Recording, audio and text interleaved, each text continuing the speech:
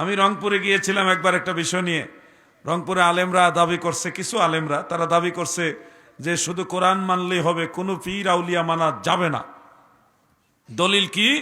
কোরআন শরীফের সূরা আরাফের ৩ নম্বর আয়াত দিয়া সাধারণ মানুষকে বুঝাইছে যে আল্লাহ তাআলা বলেছেন যে ইত্তাবিউ মা উনজিলা ইলাইকুম মির রাব্বিকুম ওয়ালা তাত্তাবিউ মিন দুনিহি আউলিয়া কলিলাম মা তাযাক্কারুন।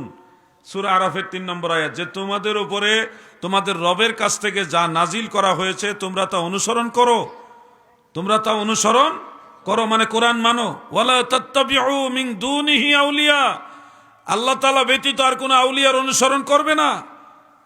এই কথাটা সূরা আরাফে আছে। এটা দেখায়া মানুষকে বলছে দেখেন কোরআন মানলেই হবে, কোনো আউলিয়া মানা যাবে না, এটা কোরআনে আছে।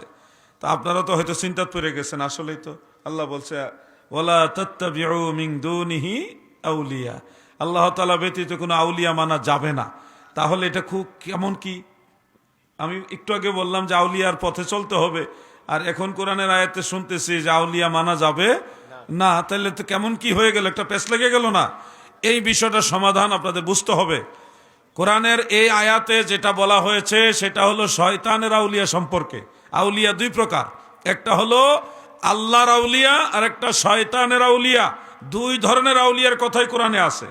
যেমন আমি স্পষ্ট করে দেই, সূরা ইউনূসের ৬২ নম্বর আয়াতে আল্লাহ তাআলা আউলিয়া সম্পর্কে বলেছেন, আলা ইন্না আউলিয়া আল্লাহি লা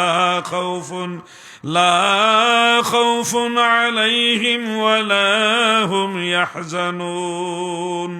সাবধান, নিশ্চয় আমার আউলিয়াদের কোনো ভয় নাই এবং তারা চিন্তিত হবে না।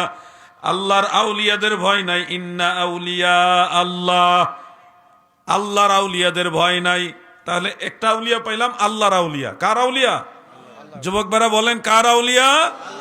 আল্লাহর আউলিয়া। এবার শুনেন আরেকটা আউলিয়ার কথা কোরআনে আছে, ওয়াল্লাযীনা কাফারু আউলিয়াউহুমুত তাগুত। যারা কাফের কুফরি করে তাদের আউলিয়া হলো তাগুত। তাগুত মানে শয়তান। তার মানে আউলিয়া দুই রকম হইলো, একটা আল্লাহর আউলিয়া আর একটা শয়তান বা শয়তানের আউলিয়া। তা আমরা যারা আউলিয়া মানি, সত্য করে বলেন, আমরা যারা ওলি আউলিয়া পীর মুর্শেদ মানি, আমরা কি শয়তানের আউলিয়া মানি না আল্লাহর আউলিয়া মানি? পিছনে ভাইরা বলেন কার আউলিয়া মানেন? আল্লাহর আউলিয়া মানেন।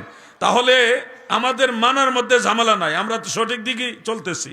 মনে রাখবেন ভাই, কোরআন শরীফের আরেক জায়গায় আল্লাহ তাআলা বলেছেন ওয়াত্তাবি সাবিলা মান আনাবা ইলাইয়া। ওয়াত্তাবি অনুসরণ করো, সাবিলা, সাবিলুন মানে রাস্তা।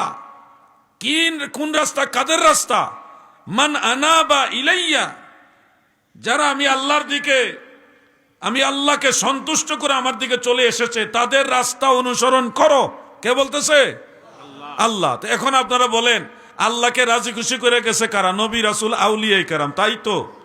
আল্লাহর ওলিরা, নবী রাসূলরা, শুহাদায়ে কেরাম, তারাই তো আল্লাহকে রাজি খুশি করে গেছে। তাহলে কোরআন থেকে আমরা বুঝলাম যে নবী রাসূল, শুহাদায়ে কেরাম, আউলিয়ায়ে কেরাম যেই রাস্তায় ছিল আমাদের চলতে হবে ওই রাস্তায়।